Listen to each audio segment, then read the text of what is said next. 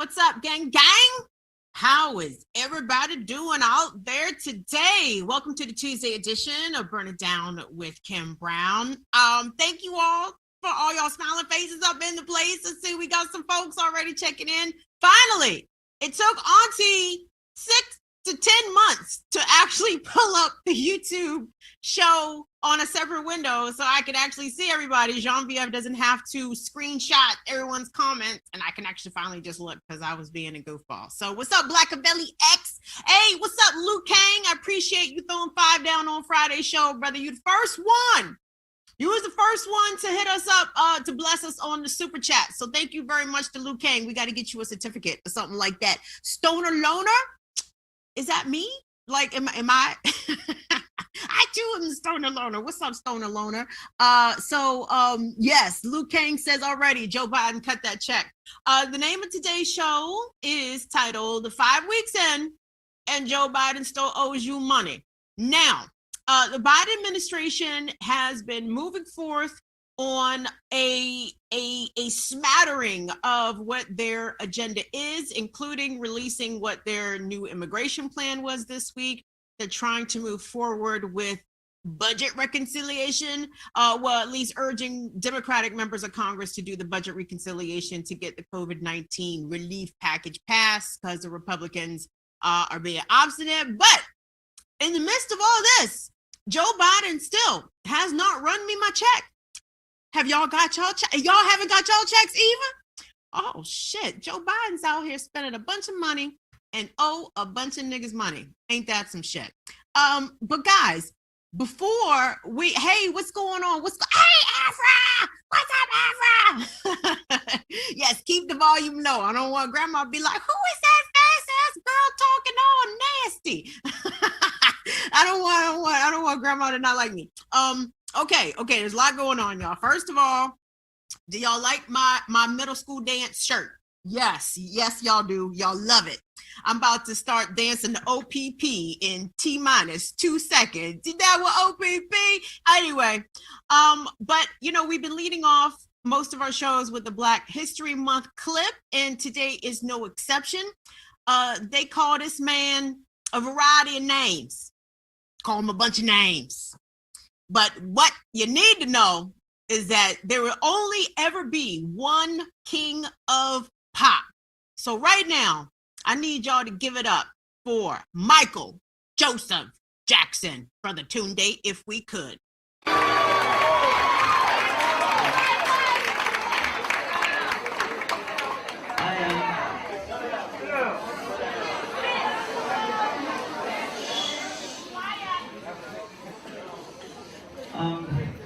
I'm not going to talk too long because we have the demonstration at Sony, as you know. This is very important because throughout the years, Black artists have been taken advantage of. Right. Completely. And it's time now that we have to put a stop to this incredible injustice. And like Mrs. Sharpton was saying, people from James Brown to Sammy Davis Jr., some of the real pioneers that inspired me to be the entertainer that I am. These artists are always on tour because if they stopped touring, they would totally go broken. And it's been, the record companies really do conspire against their artists. They steal, they cheat, they do whatever they can, especially the Black artists. Yeah.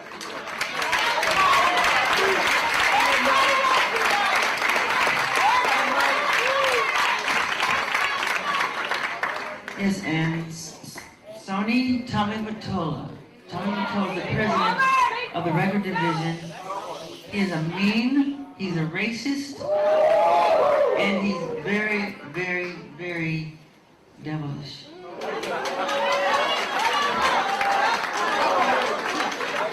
Yes. So I need your support, not just for me. When you fight for me, you're fighting for all Black people. Dead and alive. It seems that to me, I really believe it's a conspiracy because the story always ends the same. We pioneer, we innovate, At the end of the story, it's not an accident. It's happened on purpose. So we have to put an end to it forever. Yes, sir.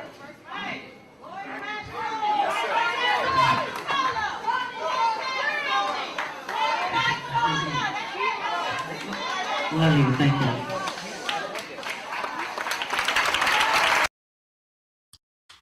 That was Gary, Indiana's own, everybody. Michael Joseph Jackson, the king of pop. And not to say that there are no artists out there doing sort of activist work. There are, but Michael Jackson doing work with the National Action Network, advocating on behalf of Black artists who have been, as Michael said, historically fucked over in the music business. You heard Michael. Michael said the reason why so many of your favorite Black artists are out here touring all the time is because that's the only way they can make money. And shout out to all the artists, local artists, national artists, people who have been struggling during this pandemic, who have not been able to tour. I think I mentioned this on the AMA the other night, is, I don't like to complain about shit that I've been missing during COVID because I have been housed and fed and clothed, so I have nothing to complain about. But my hobby, like my jam, like the shit that I do for fun, is go to concerts. And it's been 12 months.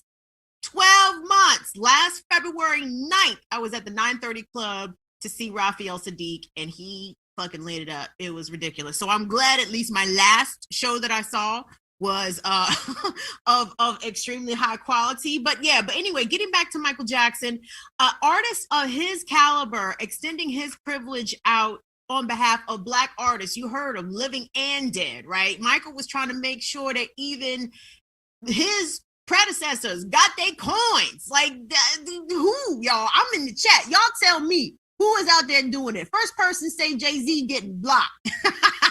First person to say Jay-Z is getting banned. We're getting you up out of here. No. And again, there are smaller artists like that's not a knock to No Name or anybody like that. But I'm talking about king of pop levels. You dig? I'm talking about major, big time stars. Big time stars. Anyway, now I seem to have misplaced my grinder. I was all set and prepared to twist up the greenery because, like I said, we do not have company today, which is not a bad thing, not always, but we have things to get into, and I'm trying to decide where shall we get into these things first. Yes. Okay, let's start down south. First of all, shout out to anyone that is watching us from down south right now. I know that the situation, even after the winter storm cleared out, that does not mean the shit is all good. We're seeing reports of water main breaks happening everywhere, from Nashville down to Shreveport, Mobile, Jackson, Alabama. I mean, these places are struggling, not only with not having access to clean water. As the water is being restored, unfortunately, a lot of places still remain under a boil water advisory.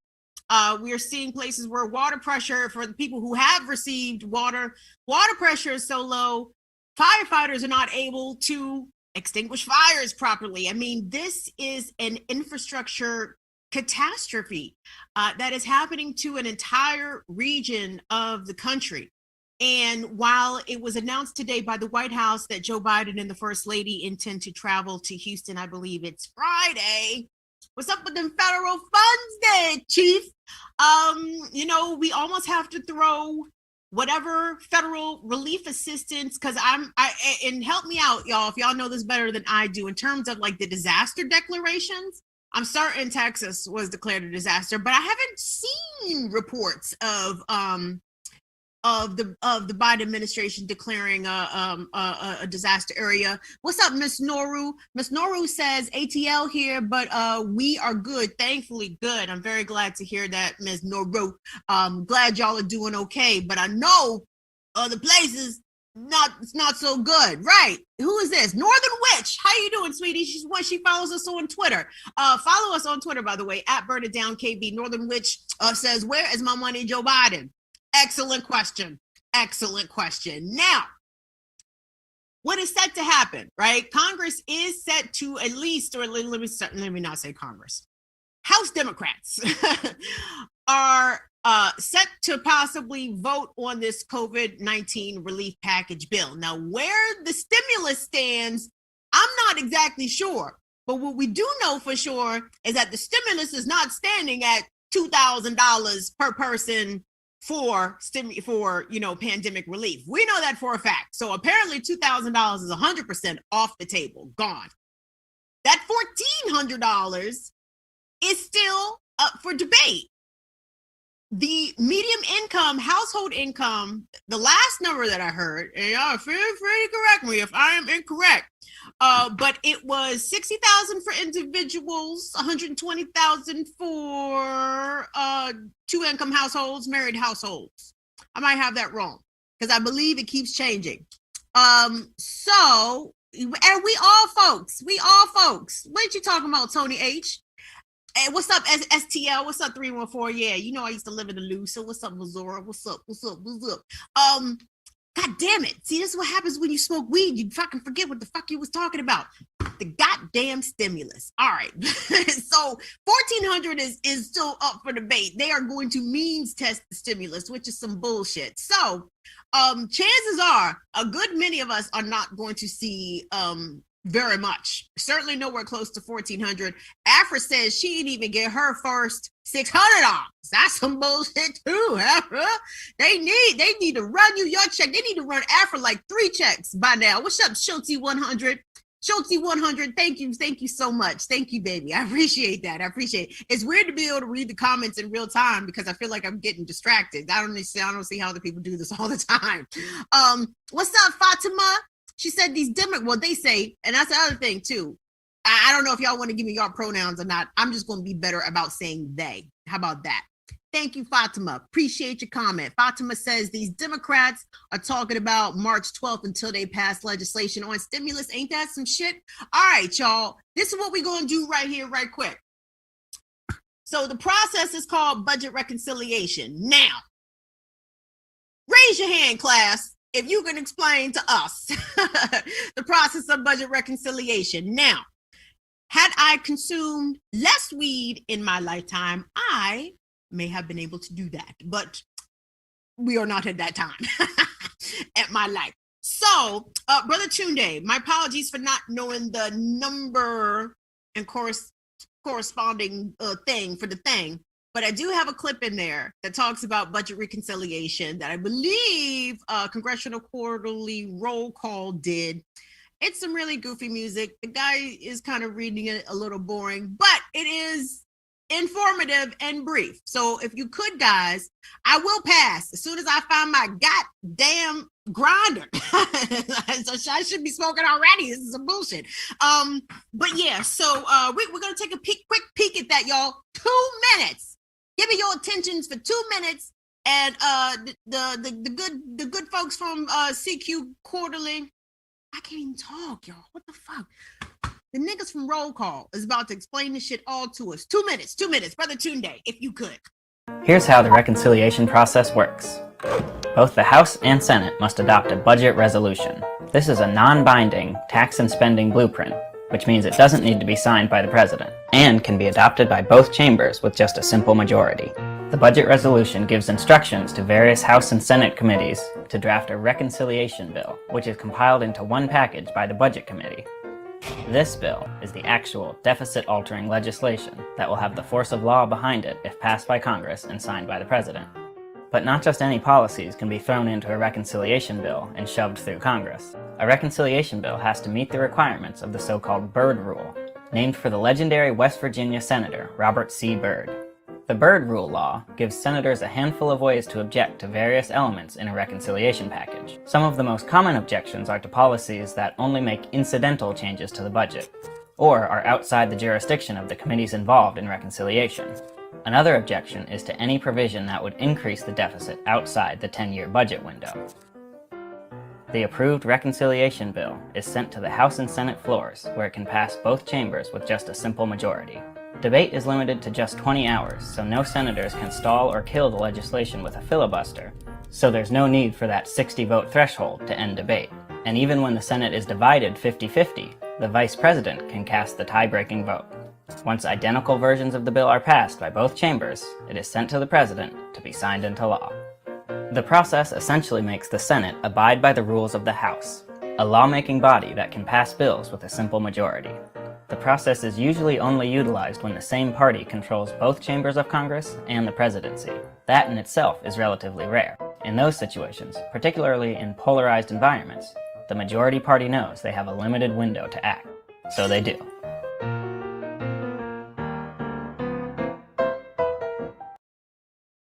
The majority party knows they have a limited window to act, so they do. Who here can remember the year 2009, when the Obama administration put forth and really harangued and wrestled through a very watered down version of what was eventually to become Obamacare?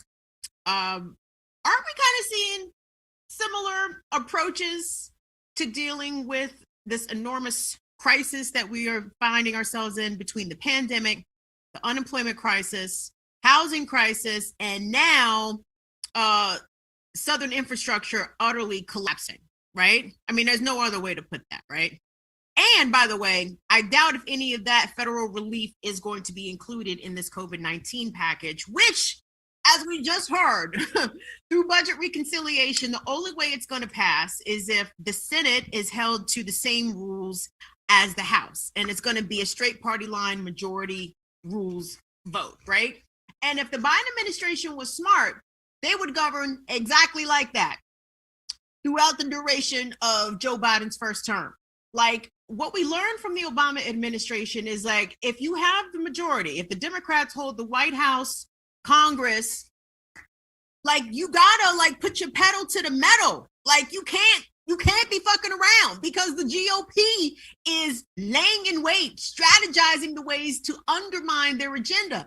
And this is why people on the left get so frustrated with Democrats, because they put forth the most tepid, lukewarm, progressive agenda, right? And then they compromise on that bullshit, right? So that's why we all like, hey, if y'all gonna put some shit up, put some shit up, put some go hard shit. Green New Deal, Medicare for all, free college, go hard, like go all the way in. And if y'all elect to compromise on that, which, if Democrats were in agreement with most of their constituents, they would be.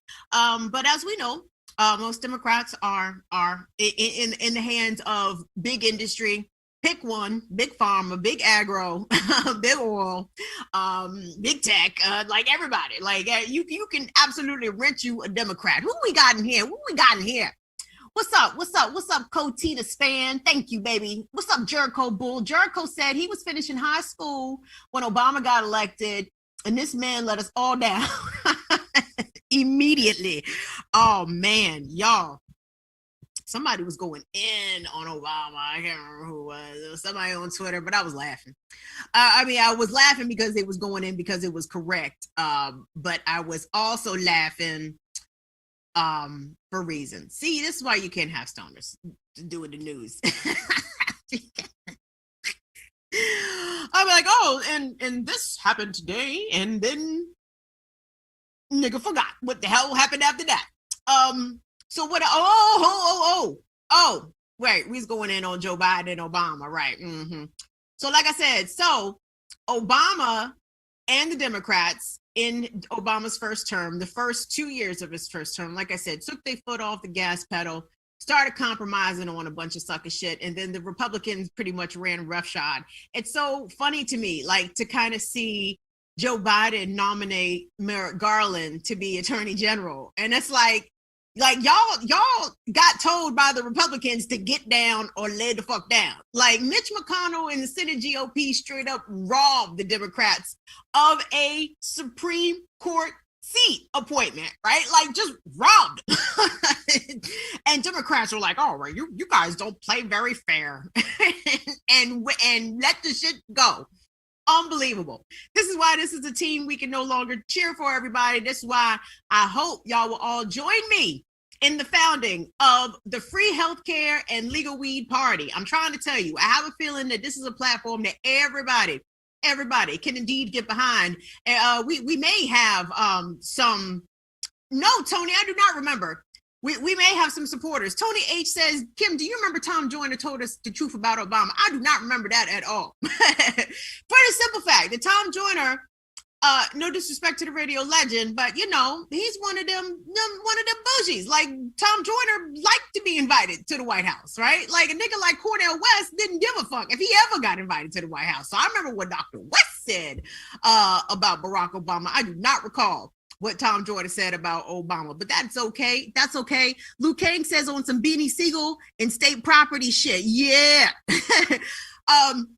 Side note, hilarious movie. If y'all is in my comments talking about state property, y'all have all seen Paper Soldiers.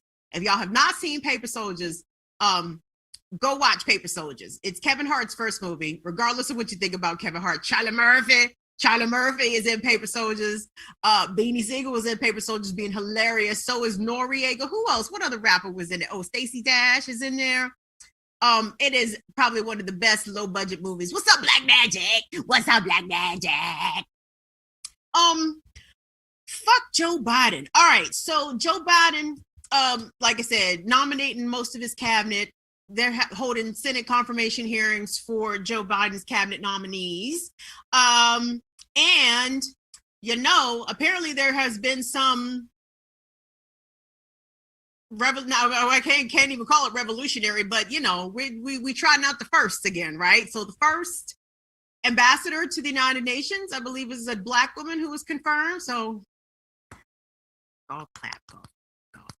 That's lovely. You know what she's going to go to the United Nations and do? She's going to be like, hey, we got to keep our puppet in Haiti propped up, UN. So can you all send the United Nations forces, peacekeeping forces to Haiti and protect American interests? What else is that Black lady going to go into United Nations and do? She's going to go in there and tell them why Juan Guaidó is the only recognized elected leader of Venezuela. I mean, come on, spare me the fucking theatrics. I don't care if y'all got Don Cheadle to go up in that bitch. If Don Cheadle's gonna go in there and tote the imperialist empire line bullshit, chapter and verse, I could give a fuck who is holding a given prominent position and whether or not they look like me, because they don't represent my interests. That lady's gonna go in there and be all against the Haitian people, man. Get the fuck out of here. And speaking of getting the fuck out of here, shout out to Adriel Hampton, shout out to Roots Action, shout out to the People City Council and other related organizations. They have been going very hard to get Neera Tanden removed, or at least not confirmed, to head up the Office of OMB, Management and Budget.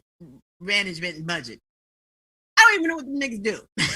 I mean, I have an idea what the niggas do. Hey, we got some. Hey, Black Magic, that's very kind of you, honey. Black Magic just broke us off for $5. I appreciate that, sis. I appreciate that. Thank you.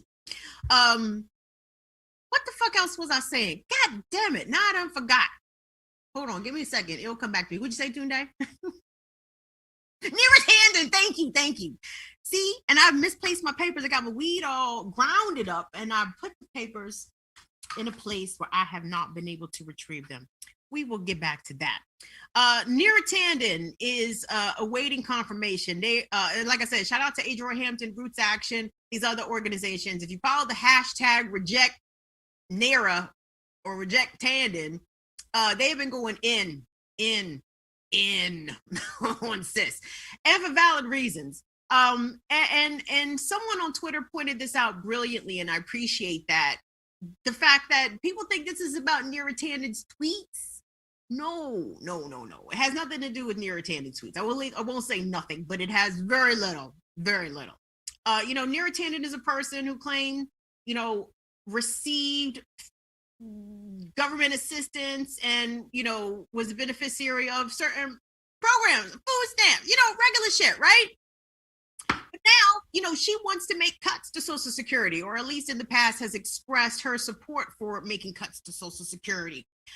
she also allegedly, according to BuzzFeed, outed the victim of who was either the victim of sexual harassment, who was apparently employed at the Center for American Progress when Neera Tanden headed up that joint for a long time.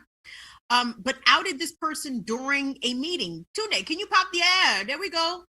Yup, that's it. Center for American Progress staff shocked after Neera Tanden names anonymous harassment victim in an all-staff meeting. Please go to BuzzFeed and check that out. Apparently, there was an audible gasp let out in the room when Neera Tanden just started shooting her mouth off about this person who had allegedly been harassed. But again, Democrats like to trot out people like Neera Tanden, people like Kamala Harris, you know, the first Black, the first brown, the first woman, et cetera, et cetera. And that's not the way to go, okay?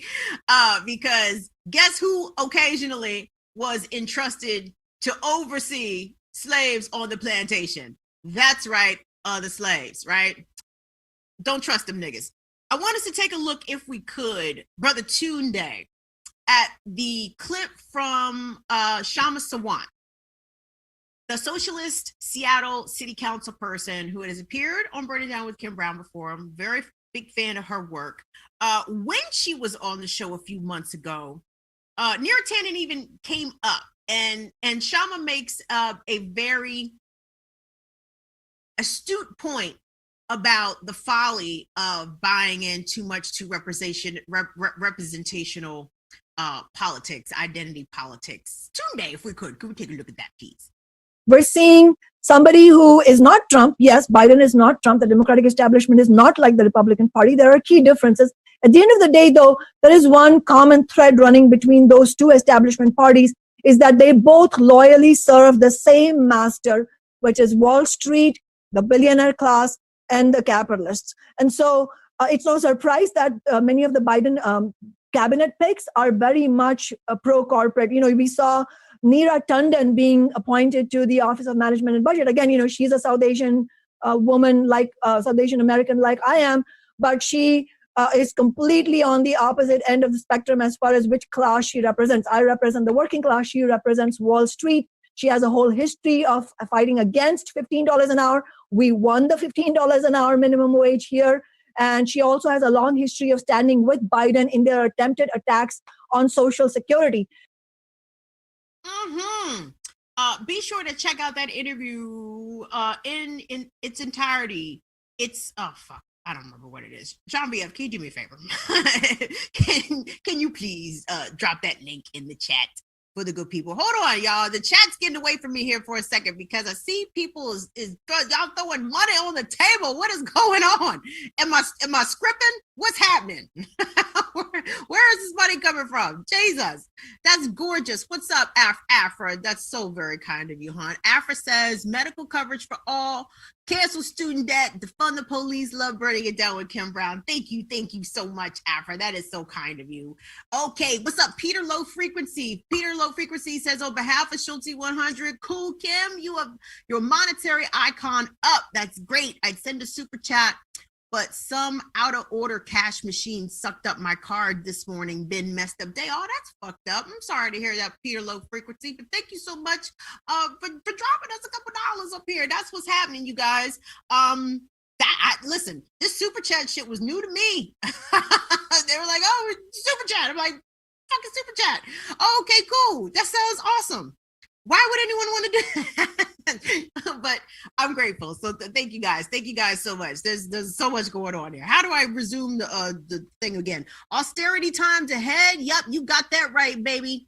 Yep. Thank you very much. John BM has just dropped the link to the full unedited interview with Councilmember Shama Sawant from Seattle. She is the only socialist member on that body, that legislative body. Where did I want to go? Did I want to keep talking about Neera Tanden, or did I want to drop elbows on somebody else? It was all right. Hold on. That's right. Because I wanted to talk briefly about how allegedly the Biden administration is not happy that the Tanden nomination is even in contention, right? There is also pressure on Brother Bernie Sanders to confirm Neera Tanden. Did Bernie agree to confirm that? I wonder if that has changed since yesterday, because I thought Bernie said he wasn't sure, but he might have been leaning in that direction. And you know what, y'all? And to be perfectly honest, I have to say, whether or not people or whether or not Biden's cabinet, his full cabinet gets confirmed, doesn't really matter. And the reason why I say it like that has to do with the fact that, so if Neera Tanden does not get confirmed, isn't he just going to nominate somebody else just as terrible, who we don't know as well, who may not have name and face recognition with people who might be inclined to pay attention to such things? Let me circle back, y'all, real quick. I want to get back to representational politics, if we could, for a moment, because there is another first ever nominee up for cabinet. I have no idea what my nose is running. I'm not doing nothing crazy, I promise y'all. But Congresswoman Deb Haaland is nominated to be the first ever Indigenous person to hold a cabinet level position. She has been nominated to head up the Department of Interior. Not little potatoes, right? And there are a number of Native organizations and prominent Native activists who are very excited and very much supporting Congresswoman Haaland's nomination. However, some of the questions that she was receiving during her confirmation hearing was around the pipelines, asking her about the Dakota Access Pipeline versus the Keystone XL pipeline. I saw, was it Nick Tilson? Or I think it was Dallas Goldtooth on Twitter, specifically sort of decried this sort of questioning of Deb Haaland, saying that it was the questions were leading to pit tribe against tribe, which is bullshit. And white people need not engage in that shit, okay? Like, mind your business, okay? Don't be in colored people's affairs. But I wanted to get back to one of the internal criticisms of Congresswoman Haaland comes from the freedmen, the descendants of the Black freedmen who were owned by numerous Native Indigenous nations, including the Cherokee and the Choctaw and others. And on a prior show, we had Marilyn Vann. Marilyn is the president of the Descendants of the Five Tribes Association. I'm pretty sure that's the name of her organization. And she is also seeking a leadership position within the Cherokee Nation, which she has been met with ridiculous anti-Black racism. And hopefully, actually, Genevieve, you don't have to write that down right now, but we are going to reach out to Marilyn because I want to talk to her about her experience. Northern Witch, thank you, my darling. Thank you so much for that love. That is amazing. I appreciate that. But we have a clip from Marilyn Vann speaking directly about Deb Haaland and Deb Haaland's reluctance to make some of the tribes honor their treaties and give the Black descendants citizenship within the tribal nations, right? Which is, that's important. Okay. And just imagine, and this is a really interesting episode just in general. It's called The Double Struggle of Black Native Americans. Imagine like being Black in America, strike one, right? Strike two, knowing that you have Indigenous heritage and your Indigenous tribe calls you like the N-word or other derogatory names associated with Black people, strike two. It's got, there are marginalized groups even within marginalized groups. So let's keep that in mind. But I did want to play this really quick from you just to understand that representation is not the end all be all, and someone can be a representative of their own oppressed group, but still espouse and support policies that lead to the continued oppression of another marginalized group. So Brother Tunde, if we could listen to Sister Marilyn Vann, please. Even now with Deb Haaland coming into being Secretary Interior, I can't remember. But, you know, bringing up these issues, like I didn't know that she had supported policy that intentionally excluded the freedmen until I saw a Twitter account, the Choctaw and Chickasaw Freedmen. Chickasaw Freedmen, you know, tweeting about it. And I was like, oh, holy crap. Like, how did this escape my notice? Because I do keep up with the news in Indian country. And to see that policy and to see how they were previously included and that this reauthorization intentionally excluded them just blew my mind, because it speaks to how non-civilized tribes, how natives view Black natives and how they view freedmen. And it's a very contentious issue, even, you know, within Oklahoma, because it's so divided. Like I get put on the outs quite a bit for, you know, supporting the freedmen just unconditionally, like they are our people. And just saying that is controversial, and it shouldn't be. That wasn't Marilyn Van Silly. That was Johnny J. That was my homie right there, Johnny J. Follow Johnny J on Twitter. Johnny J is an Indigenous journalist and activist. She's a big sci-fi nerd also. So I miscredited Marilyn Man. That was Johnny J dropping them gems on y'all. Yes. Letting y'all know that Deb Haaland is not 100% 100% for all of the people, right? So anyway, just something to keep in mind. And I would absolutely defer to Black and Indigenous voices when it comes to, you know, those particular debates, perhaps that can surround like the nomination of somebody like Deb Haaland. So I know Black Magic. I miss Johnny J too. Johnny J's been helping us out. So we're getting like all of our new logo stuff done, and Johnny J's actually been the point person on that side of things. So maybe we can get Johnny J back on the show soon, very soon, very soon. Now look. Now, okay, so there's Biden, so fuck Biden, right? I want to get back to the down south people. Anybody else from down south? I know a lot of people are up north. There's Afra. Afra says, yup, some of the tribes have been on some bullshit to Black Indigenous folks and have been part of the tribes for generations. Listen, at the same time, you know, when it comes to being Black and Indigenous, I mean, a lot of that has to do with like family lore. And that actually is interesting for all of our people who may be watching from outside of the United States. Something that like Black and white Americans have in common is that they low-key always try to claim like some Native Indigenous heritage. Like white people try to, I'm 164th Cherokee. And Black people, their great-grandmother was always Cherokee, right? Or their great-great-great-grandmother was always Cherokee. My family was actually not immune from that. So on my maternal side, the family legend was that we were Pamunkey Indians of Central Virginia. And then Bama started getting their DNA swabbed, and the DNA says no, it says 0%. Now, I understand that some of those DNA tests are also some bullshit also, so I don't know. It's weird. I don't want to do right. Who said Liz Warren? Listen, let me explain something to you.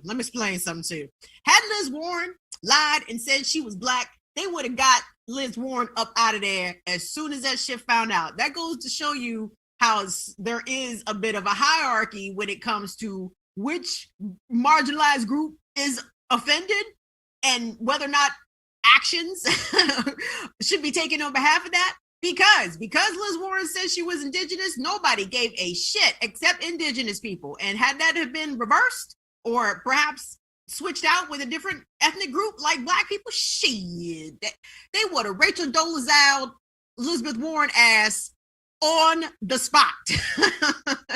So Liz Warren got away with that line about being an Indigenous woman bullshit. Because why? America's some bullshit. So yes, that is something that Black and white people have in common in this country. Everybody lies about being Indigenous. And we thought we was Indigenous too, and we is not Indigenous. But then the good Dolezal, it kind of, anyway, I don't even want to get into the blood quantum-y part of that discussion. Like, please, no one tell me that you're a quadroon or an Rocktoon. Is that what they was calling them? 1/4 black, you a quadroon. 1/8 black, you in a Rocktoon. A Rocktoon. You know what? I can't even pronounce the shit. You guys, circling back, if we could for a moment, getting back to the situation down south. So again, people in Texas, Louisiana, Arkansas, Tennessee, Mississippi, Alabama, Georgia, very much still struggling with the infrastructure collapse that they have witnessed. And a lot of people have been going without proper power and water. Oh, there we go. Okay, we should have come back. We should have come back. You mean you're all out of weed? Me to my weed dealer, right? What do you mean you don't have any more sativas left?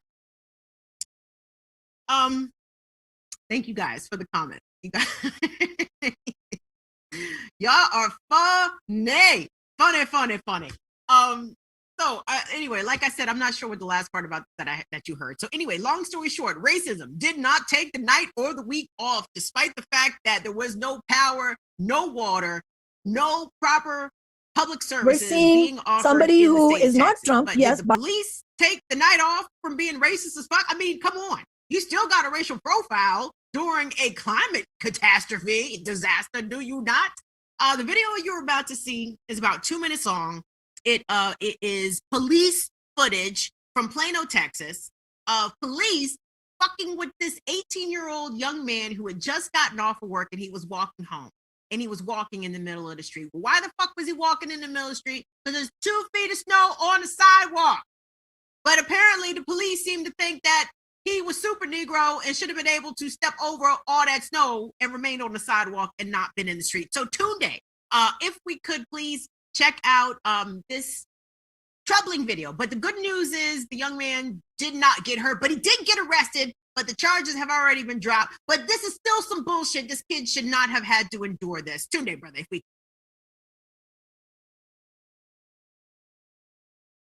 Sir, you need to talk to us, okay? Sir. I'm good, bro. Can you calm down? All right. Sir. Don't touch me.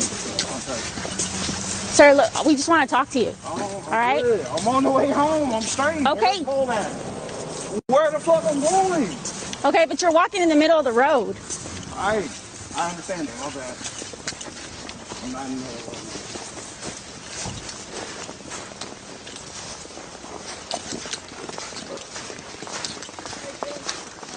How long?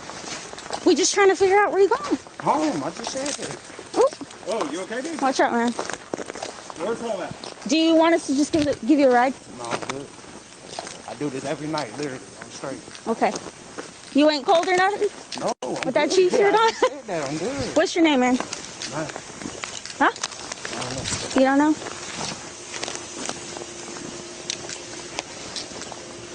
Can you just stop and talk to us for a minute?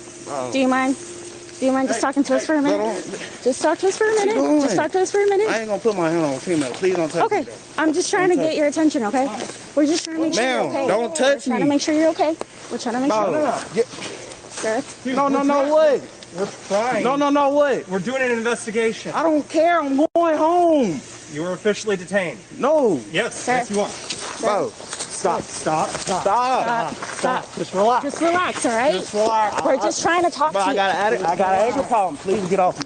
Y'all not, no. Stop. I'm sorry, I didn't mean to touch you. Yeah, you didn't stop. Put your hands behind your back now. You are not free to go. Wow. The next thing we do is going to be get a charge right now. For what? Because you're pushing on an officer. I'm not pushing. How am I pushing on you? You're actually resisting, dude. It's resisting arrest or detention. Give us the channel. Please let me go. No. My house is literally right there.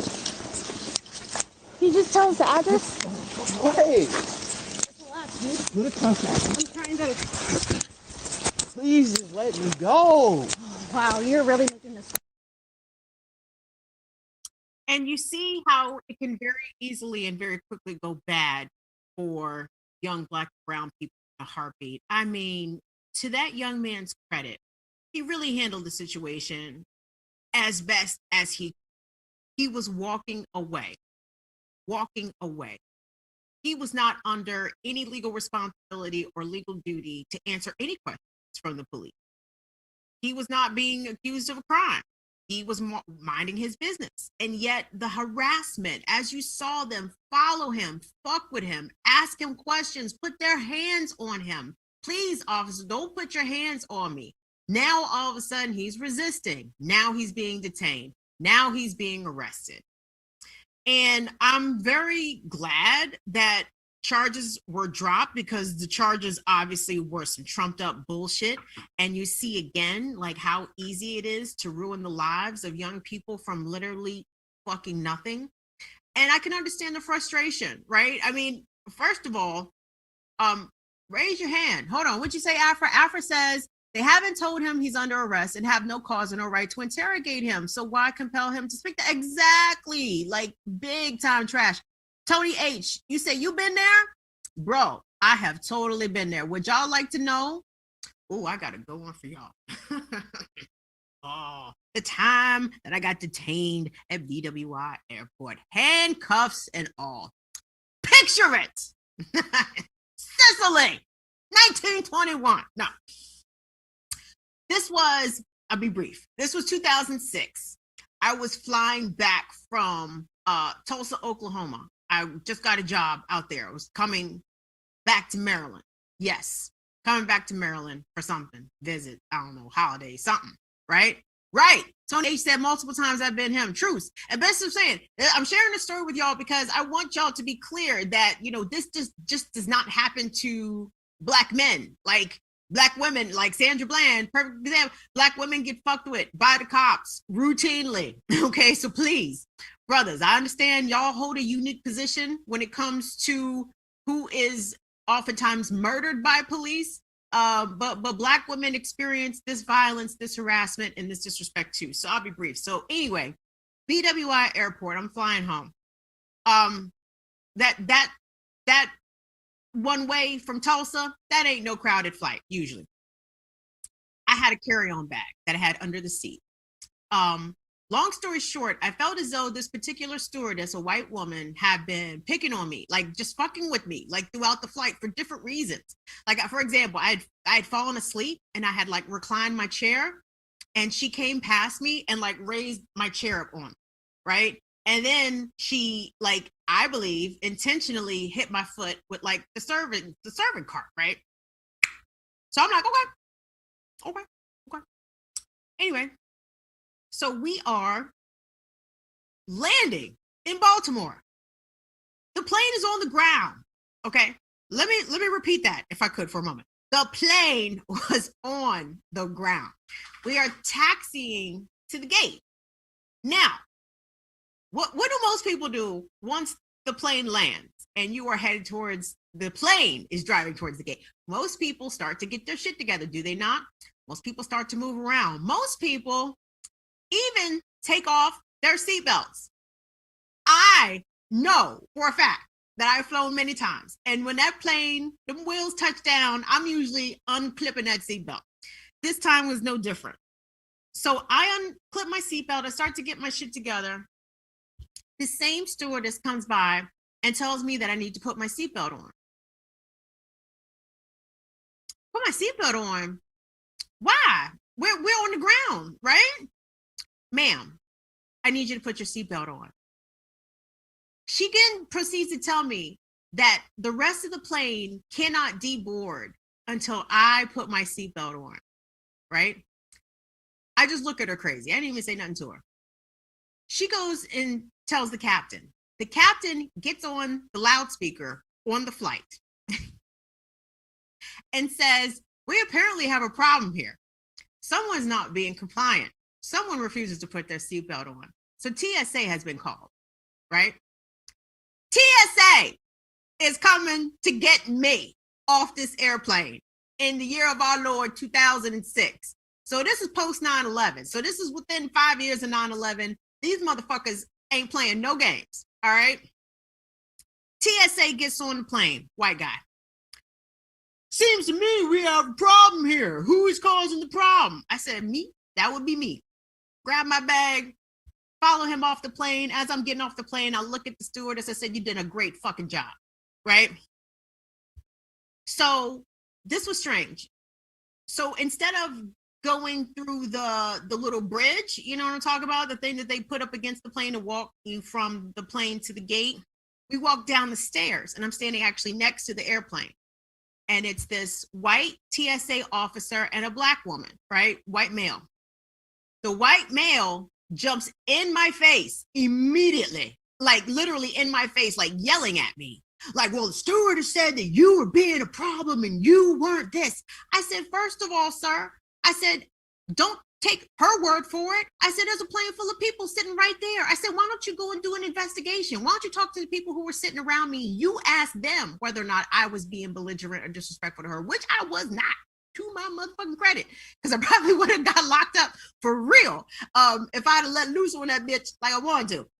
So that kind of backed him up. And that, again, sidebar, that really pisses me off. Like that I have to like seriously be like the best advocate that I can for myself, for motherfuckers to even entertain that I am not the problem, right? Like the default assumption for Black people, and I'm assuming by extension other brown people and marginalized people as well, is that clearly you're the problem and you're the one who needs to be dealt with. And until someone, either you or another person, can demonstrate otherwise, we're going to treat you as the problem.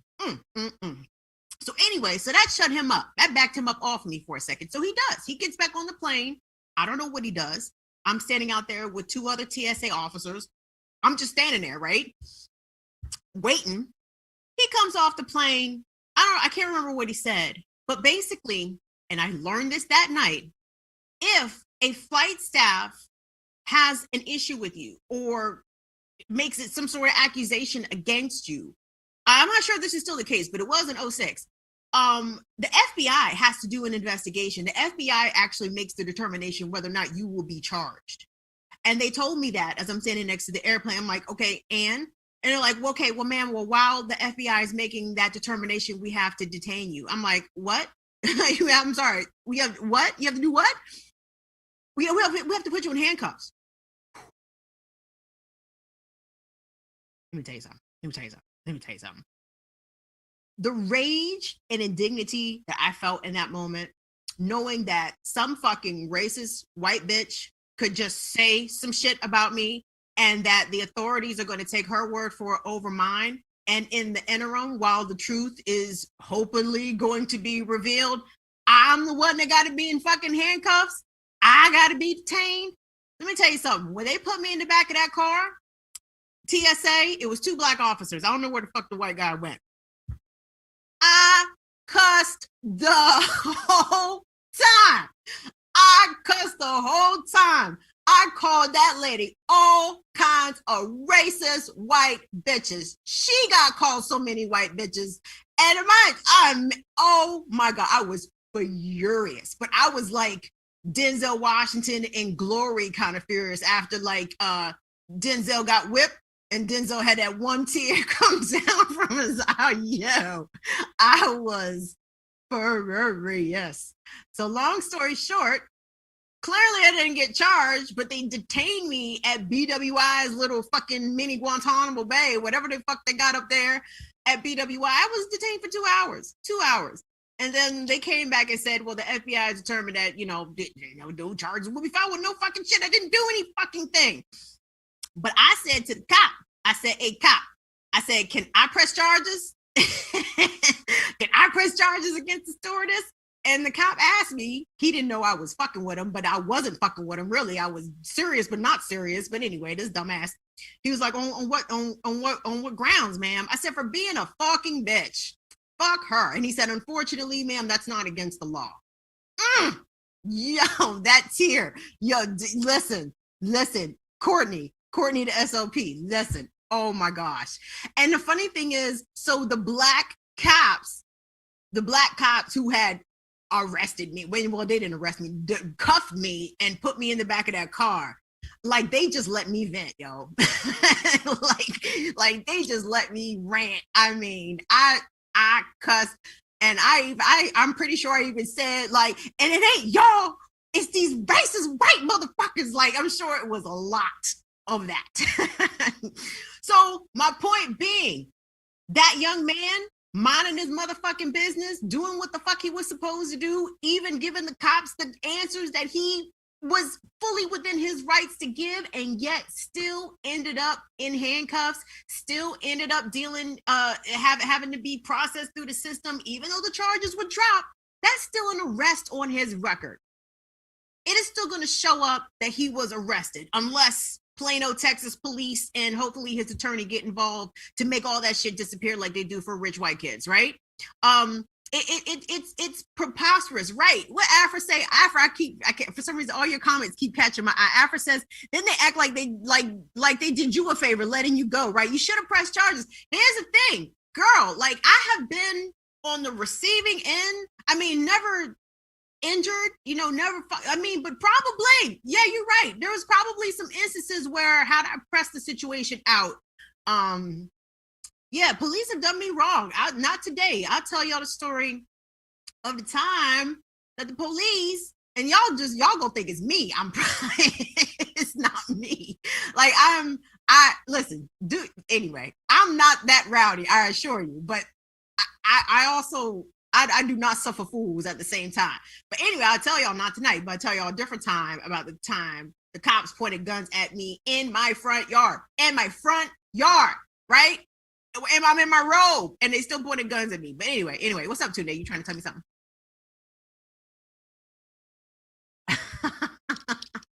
Tunde is trying to Jay-Z capitalist the situation all the way here. Tunde say I'll tell the story on Patreon. Maybe we'll see. If your auntie can recall what I was doing. What she say? Miss Noonie said, I love how you have different vinyl on display each show. Yes. Now, thank you, Miss Noonie. Yes. Now, Molly told patrons that I was gonna let y'all decide which vinyl I hang on the back of my wall. That may have been a lie. That may have been an untruth. For the simple fact that, for one, I have actually cycled through 80% of the vinyl that is hanging. I have some other records that aren't hanging. And FYI, like I used to have Jay-Z, Reasonable Doubt. I used to have Kanye West. I had to take them niggas off my wall. Nas, I had to take Nas off my wall. I'm like, you niggas are all suckers. This is a sucker-free environment, okay? Suckers like Jay-Z, Nas, and motherfucking Kanye West cannot hang on my wall because that violates the G code. But thank you, Miss Nori. So anyway, I don't know if I'm gonna let y'all decide what vinyl I'm gonna hang behind me, because number one, I don't have that much vinyl left. And sometimes I am doing like a themey thing here. This is not one of those times, actually. The Murray J, the J Blige, the My Life, of course, classic. And Ibadu, the Baduism, also classic. They necessarily don't go together though. Like if I should have like Murray J and like Faith, or either Erica and like Jill, maybe, or anyway, I just needed to switch the records out. Really, I could rock with Redman Muddy Waters on my wall in perpetuity. All gravy. No code switching. Who's not code switching? Sucker free is the way to be. You got damn right. How else we gonna do that? Listen, Jericho Bull says, when I found about Khaleesi's story, there was no more Nas. Listen, that is exactly what did it for me. For all the non-rap heads, only built for Cuban links. Yes, torches and pitchforks. I got that. Wait, that's somewhere. Only built for Cuban links is around here. It's in proximity. But no, that's when I had to part ways with Nas also. When Khalees came out and said that he put his hands on her, Khalees ain't got no reason to make that shit up. Nas don't even be halfway seeing his child. What the fuck she got to lie for? She moving on with her life and looking gorgeous at the same time, you guys. Go follow Khalees on Instagram. Khalees is doing magical things for middle-aged Black women. Number one, looking fabulous. Number two, pursuing her passion as being a chef and making food. Her joint is called Bounty and Full. She's always cooking and doing cool shit. So yeah. Saying you, okay. Girl, yes. Criminology, come on. Come on, torches and pitchforkers. I was gonna do Glaciers of Ice today for my Patreon warm-up pre-show song, but I forgot because sorry. Today, was there anything? I'm trying to remember. Did I have anything else on my list that I wanted to talk about? Oh yes, run them tweets, Tunde. I don't even care which ones they are. Like what order they go up in, because I'm a because them joints is relevant. Joints is extremely relevant. All righty, yes.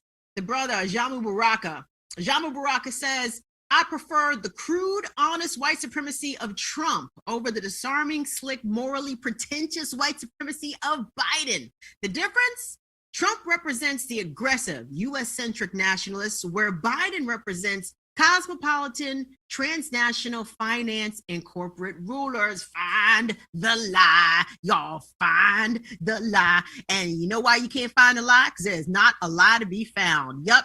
I agree with Jean Baraka on that. Like, you go back and listen to any one of our transitioned civil rights ancestors when they talk about white liberals like a Joe Biden, the same motherfucker who gonna smile up in our face, smile up all in our face, and determine whether or not someone is black enough to vote for him.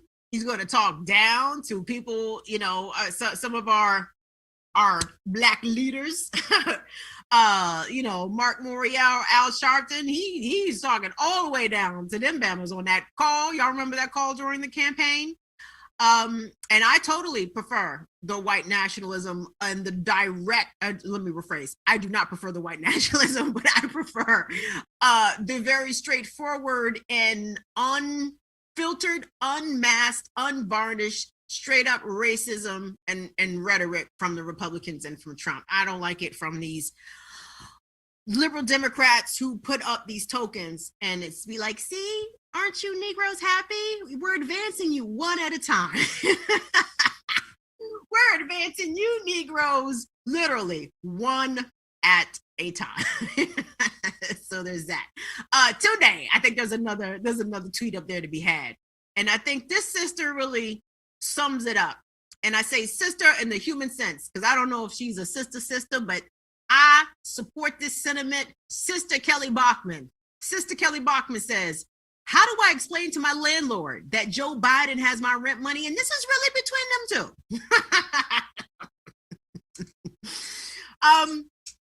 Maybe one day, maybe Friday, we'll see what the day, how the evening takes us. But maybe we'll actually call the White House and ask the White House. I mean, seriously, I mean, someone will answer the phone. And no, we will not be slick nor belligerent to whomever answers the phone, because whoever answers the phone, it ain't their fault. Joe Biden ain't ran me my money, right? But unfortunately, the person who is on the receiving end of that phone line has to know that you are the receptacle of complaints here, dear person. So unfortunately, you got to catch this. And please, if you have not already, call your congresspeople. Like, even if you think that they are some ain't pieces of shit, like I generally think of my congresspeople.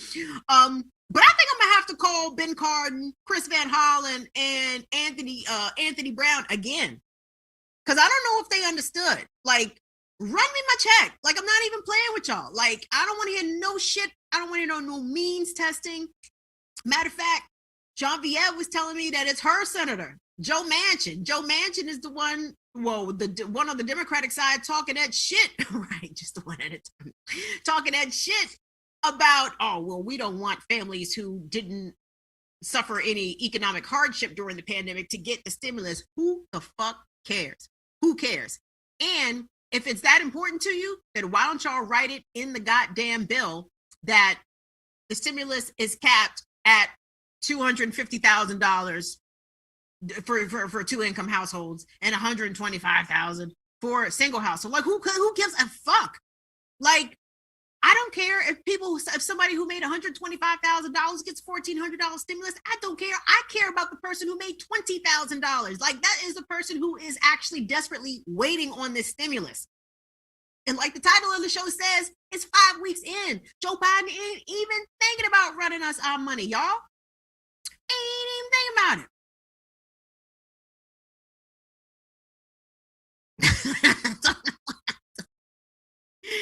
So there's that.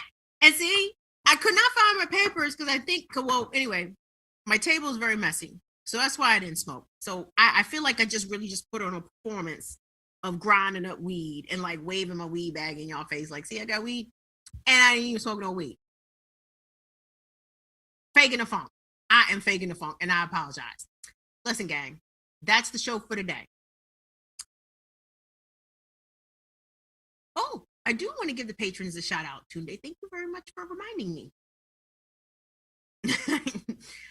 We got some new patrons, and I think we actually hit our goal of 50 patrons in the month, which thank you. I had no idea that was coming. So thank you all again. Let me run them down. So wait, do you know, guys, does this reflect our new guys too? Yeah, it does actually. It does. That's beautiful. But wait a minute. I don't see the homie from Denmark. His name ain't on here. He just bigged us up. Let me go to my email. Oh, I do see it. I'm sorry. Daniel Christy Johnson. Yep, there he goes. All right, so let me run him from the top. Here we go. Starting at center for your Washington Mystics, standing at 6'5", 200 pounds. Give it up.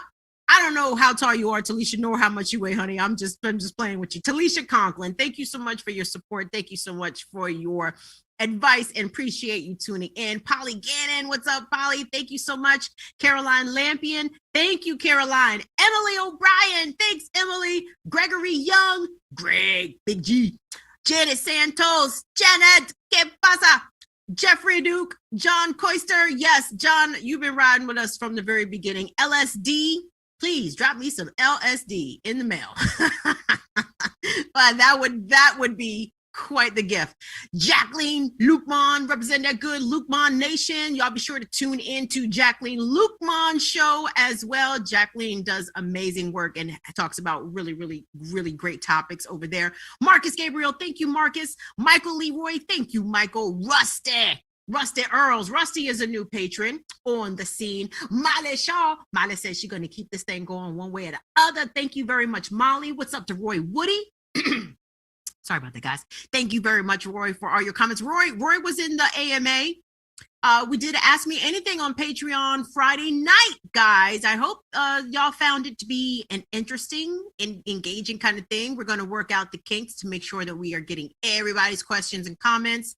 But for everyone that's checked it out, all of our patrons, we appreciate it. Sam Gardner, Sean, Anna Hart. I know Anna is a new patron. Hello, and Al Grasnazak. Al, riding with us. Thank you. Black Magic, one of our ride or dies.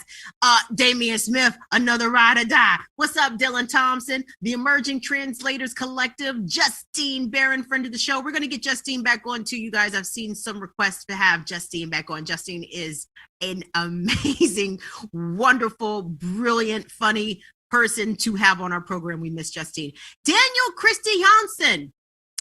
New patron. Thank you, Daniel. Thank you to Catherine Osmond. Thanks, Marion Butcher. Thank you, Nora. Thank you, Samaya. Thank you, Blackavella X. What's up, M. Platt? What's up, Shanette, aka Butterscotch Sweets? Thomas and all of our supporters under the $5 level. We appreciate y'all. Again, no tier, no amount of contribution is too small. We appreciate all that you do. And again, not just to support Burn It Down with Kim Brown, but we have people that work on this, including Tunde Ogun Falaju, Molly Shaw, and Jean-Pierre Montanar. So, you know, anything. we certainly appreciate it. But again, I know it would be easier to support us and become a patron if Joe Biden would run you your motherfucking money. And we wouldn't be on here begging like NPR during the pledge drives. If Joe Biden would just run us our motherfucking check like he said he would, like he promised he would, like he told everybody on the Democratic ticket to tell us, hey, tell them that I said I'm gonna run y'all $2,000. And all that shit was a goddamn joke. Anyway, that's the show, everybody. We will see you on Friday. Thank you again for all of your support. Follow the show on Twitter at Burn It Down with KB. And we'll see you, and in Facebook too. We're on Facebook as well. Y'all have a good rest of your Tuesday. See y'all later. Bye-bye.